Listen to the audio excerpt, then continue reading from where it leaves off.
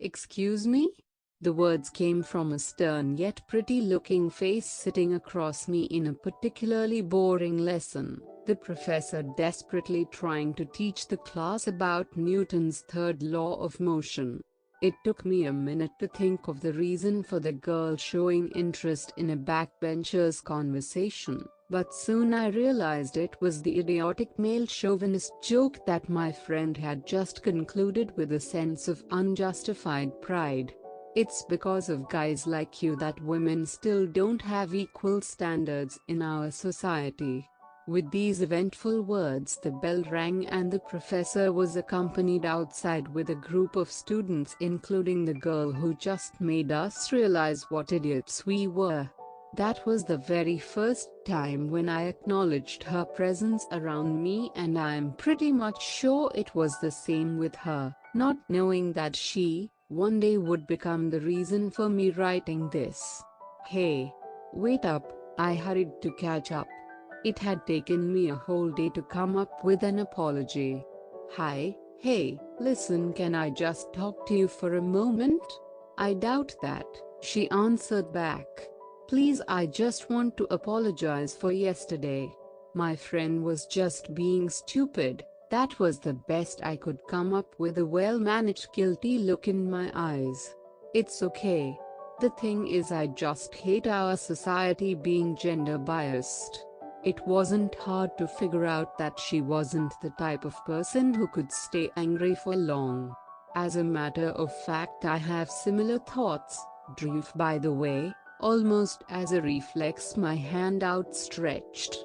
Ridiculous. So, 6 years ago, that was the briefest introduction one could possibly imagine. You might be wondering, I never mentioned her appearance. I guess it was never important to me the way she looked, or rather should I say she always seemed pretty to me, prettier than any girl I ever met. While we are on the topic, it was her eyes that made my heart skip beats over the coming years. Saying they were beautiful would be an understatement.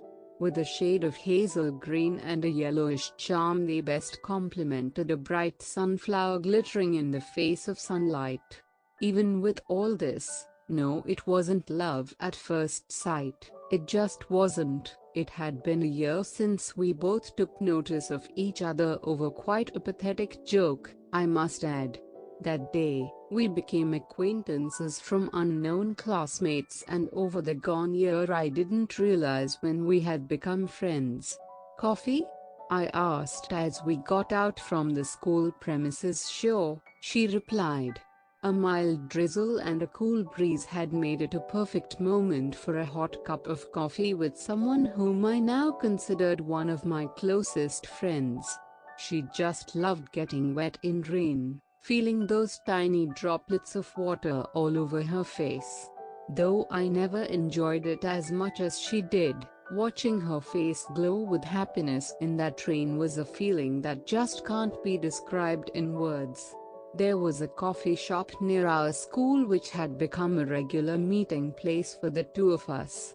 We never got to talk much while we were in school, owing to the fact that she still had a strong dislike for most of my friends. We never talked about it. As a matter of fact, we hardly ever talked about our other friends. So, told your parents about animation? She asked me in taking a sip from her cup. Nah. Still a good 6 months to go. I'll tell them, I replied, carefully taking my eyes off hers. I was never interested in becoming an engineer or a banker. I just wanted to be a cartoonist. But I could never find it in me to tell this to my parents. This was the thing about me that irritated Ritika the most. Well, it was easy for her. She was all set to get into one of the top engineering colleges in India. However, that was not an issue, at least not that time. I took a pen and started sketching on a napkin just to avoid the conversation. She had a knack of not disturbing me whenever I was drawing something. She just sort of waited for me to finish with an eagerness in her eyes to have a look at what I had drawn. This time, however, she was not going to see something new. She saw that face every morning. Even I was surprised when I just started sketching her and at the same time trying to avoid eye contact. With each stroke there was something that was building up inside me, a feeling that I had never felt before. I was looking at her the way I had never looked before. Her eyes had always been beautiful, but today there was something more to them, something that only my pen could see. I never showed her what I had drawn that day. It was really difficult to, as she was so keen on seeing it that she almost tore it while trying to snatch it from my hands. But how could I have? Would she have felt the same as I did while drawing it? I never got to know as the rain stopped and we moved out of the cafe. I walked her to the bus stop, bid her goodbye and started walking back home, trying my best not to think about what had just happened. That night was a long sleepless one. There was a rush of feelings within me. But how could it be? She was my friend, one of my best friends. I couldn't fall for her, I just couldn't. I tried avoiding her for the next few days, but she would not let me do that. She wouldn't give it a rest if I didn't pick up her calls. I had no idea what was I going to do. Should I tell her? That was the only thought that went on in my mind whenever I saw her. I tried hard not to accidentally say something foolish to her. There was a couple of times when she caught me staring at her, just looking into those bright eyes without paying the slightest attention to what she was saying. Over the next couple of months I somehow managed not to make it clear to her that something was bothering me. But inside I was still fighting with myself. I was never so sure about anything. I had fallen in love, but I didn't know how she would have reacted, or maybe I never wanted to know, cause deep down somewhere I already knew her answer. I don't know why you guys just think about one thing. I mean, doesn't friendship mean anything to you? Why is that you always have to make things complicated? She just burst out, seeing me as she entered the coffee house where I had been waiting for her for the past half an hour. Relax, relax. Sit and tell me what happened, I said, almost forgetting that she made me wait half an hour. Rahul just asked me out, she replied. Her temper had cooled down. So? You don't like him? I never thought of him that way. I mean, he is a nice friend and all, but I mean, you understand, right? She said, failing to get more words. Yes, I can understand. I sighed. This particular conversation happened a few months before I had realized my feelings for her. Poor Rahul never got any good of it. They hardly talked after he asked her out. The very memory of this conversation kept me from confessing my feelings towards her. I didn't want to end our friendship. She meant a great deal to me. The dilemma continued. What happened? What are you thinking about? Radhika inquired as I gazed at her while she was busy reading her book. Nothing. Just that I love you. I so wished one day these words could get out of my mind so that she could at least listen to them. Nothing. I told my parents about my interest in animation. There was a huge row at home yesterday, but finally they settled, I said, desperately trying to keep my thoughts to myself. She said something, but something else was going inside me that prevented me from actually paying attention to what she was saying. Tell her, you idiot. What are you waiting for? A voice just rang inside my head. Are you mad? Do you want her to slap you in front of all these people? Another voice argued. With my heart and head arguing, I just kept smiling at her, knowing that I was going to screw up my exams real bad. It was our farewell. We were going to leave the school that had been the part of our lives. I was sitting in a back row while the teachers were still greeting the students. My eyes were fixated on the gate. They were waiting for someone they hadn't seen for a month, thanks to the preparations of stupid exams. There she came, looking the most beautiful she had ever done. She went forward and sat down with a couple of her friends. None of the girls looked even half as pretty as she did that day. That was the day when I had finally decided I would ask her out. It was a sort of now or never kind of situation, and I guess the thought of not being with her gave me the courage to ask her out. The party went on for another 4 hours. I was the least interested in the proceedings. As soon as it ended, I started looking for Ritika. I could see students getting all emotional, meeting their friends, teachers promising to stay in touch. There she was talking to Rayul. I wanted to talk to her alone for obvious reasons, so I thought better to wait for a moment. I was looking at her just when I heard someone behind me. They look nice together, don't they? I'm glad she finally said yes to him. It was Divya, Ritika's best friend. I wouldn't say we were great friends, but yeah, over time we had started enjoying each other's company. What do you mean?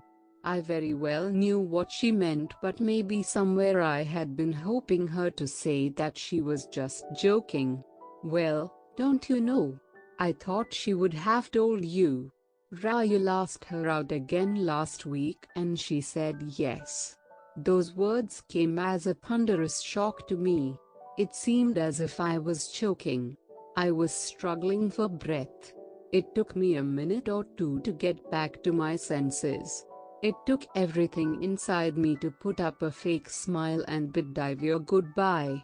I went out of the gate avoiding my friends in the best possible way, and before I could notice, I had walked down to the cafe where I had spent the best times of my life, only this time I was alone. There was only one cup of coffee, just one. 2 months had passed. I was now in Pune, away from home, no longer in school, away from Ritika. I had talked to her a couple of times over the last 2 months. She told me about her and Rayul, to which I could find no reply. There no longer were those hour-long phone calls, nor were there any more coffees. Slowly we had grown apart. Hey, all the best for our first day at college. My cell phone beeped and I was smiling even before reading the message, cause it was from her. I felt as if nothing could go wrong now, but it was not long since I came back to my senses and realized that it was just a message. A lot of eventful incidents took place in the months that followed, including ragging, new friends, but this story isn't about any of these. It's about one and only one girl. Messages every now and then somehow made sure that we stayed in touch. I was always trying hard to move on, but it wasn't easy to do so. Yet I made sure it didn't affect my daily life.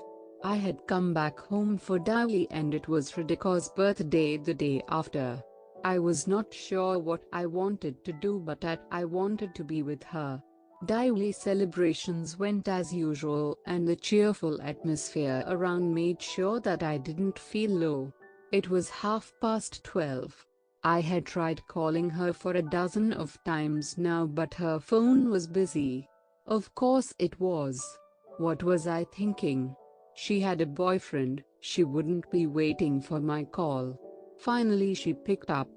I wished her, trying my best to sound normal. We talked for quite a while about our colleges. It seemed as if nothing had changed. We talked as we used to. Everything seemed just fine when I asked her if she would spend her birthday with me.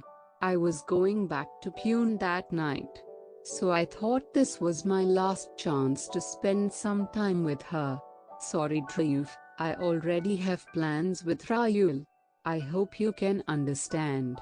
I'm really sorry. I don't know why I felt sad, as somewhere I knew that this would be her reply. It's okay, so you enjoy. Have a nice time and stay blessed. Good night then. Good night, she replied.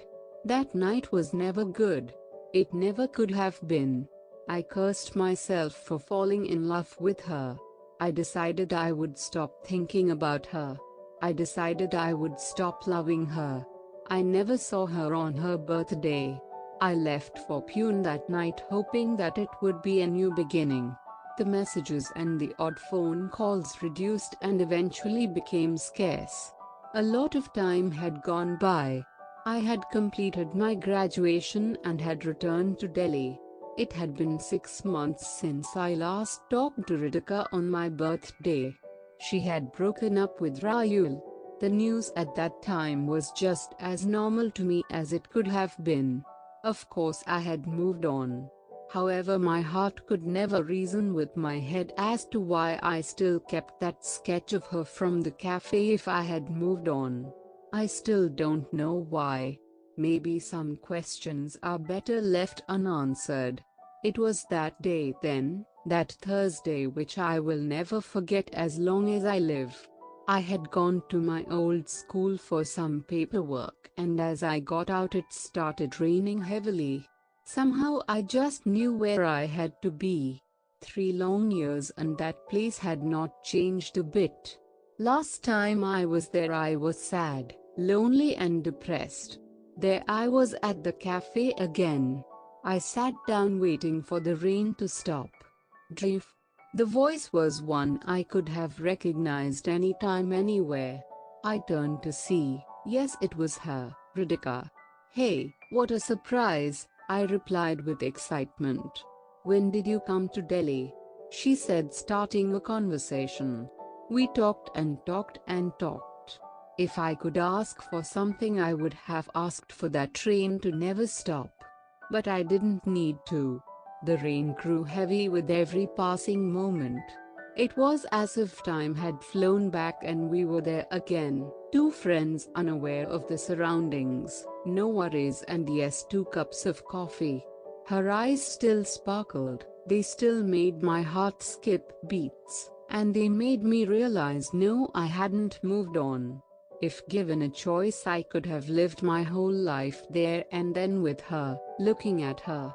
The rain did stop that day, but I decided, this time not half-heartedly, that I loved this girl.